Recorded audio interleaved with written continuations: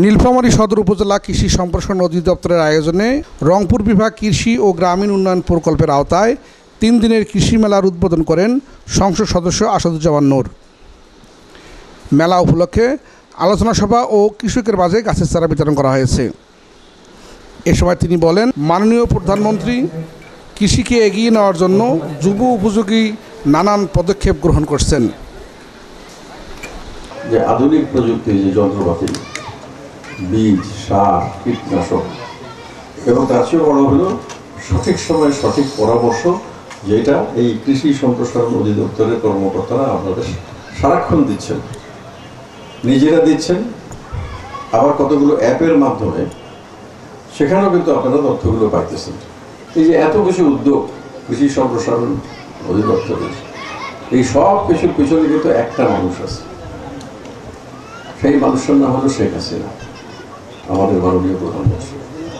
মেলায় কৃষিপণ্য সংরক্ষণ কৌশল কর্নার, গ্রীষ্মকালীন ফল ও সবজি কর্নার, সুপারফুড কর্নার, পারিবারিক পুষ্টি বাগান কর্নার, নিরাপদ সবজি উৎপাদন কর্নার সহ ভূমিহীনদের মাঝে প্রধানমন্ত্রীর উপহার আশ্রয়নের সবুজায়ন সহ 22টি স্টল প্রদর্শন করা হয়েছে। যেমন মালটা, আম, নটকো, ডালিম বা আরও অন্য কিছু নিয়ে আসছে। যে স্টলটা আছে এটা হচ্ছে সুপারফুড স্টল।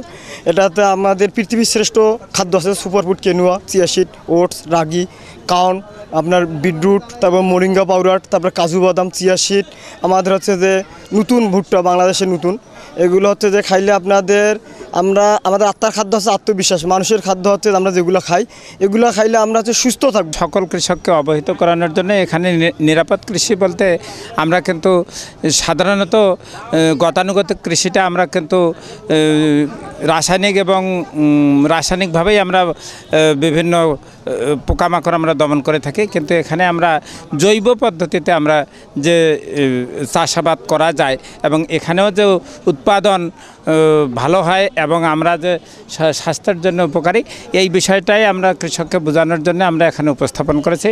পরিবারের যে পুষ্টির প্রয়োজন, যে পরিমাণে আমাদের প্রতিনিয়ত সবজি এবং ফলমূল খাওয়া প্রয়োজন, আমরা এখানে দেখানোর চেষ্টা করেছি যে এই মডেলে, কালিকাপুর মডেলে যদি সবজি বাগান কেউ করে, সেখান থেকে প্রতিনিয়ত তার যে সবজি এবং ফল, এই মোটে আমাদের যে এখানে 5টা বেড আছে, এখান থেকেই উনি এটা কালেক্ট করতে পারবেন।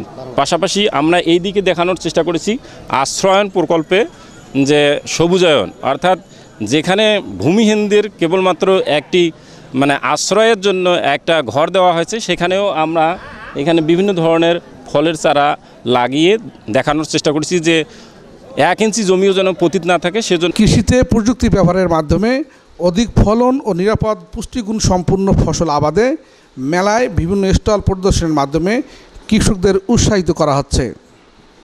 আমরা আমাদের বিভাগীয় এবং কৃষির যে নতুন নতুন প্রযুক্তি, এগুলো লাইভ স্যাম্পলের মাধ্যমে ডেমনস্ট্রেশন করেছি দৃষ্টিনন্দনভাবে। লিফলেট থাকছে এখানে পোস্টারের মাধ্যমে যেন কৃষকরা সহজেই বুঝতে পারে, সেটা আমরা ব্যবস্থা করেছি।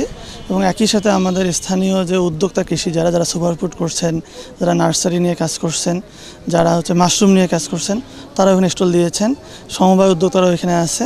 তো আমরা সর্বোচ্চ চেষ্টা করেছি মেলাটিকে সুন্দরভাবে সাজানোর জন্য। এবং মেলাতে সন্ধ্যাবেলা আমাদের কৃষি বিষয়ক নাটিকা অনুষ্ঠিত হবে। তো আমরা আশা করছি যে একটি সফল মেলা হবে এবং কৃষকরা এখান থেকে অনেক প্রযুক্তিগত জ্ঞান লাভ করবে। নীলফামারী থেকে আনোয়ারুল আলম, চ্যানেল আই।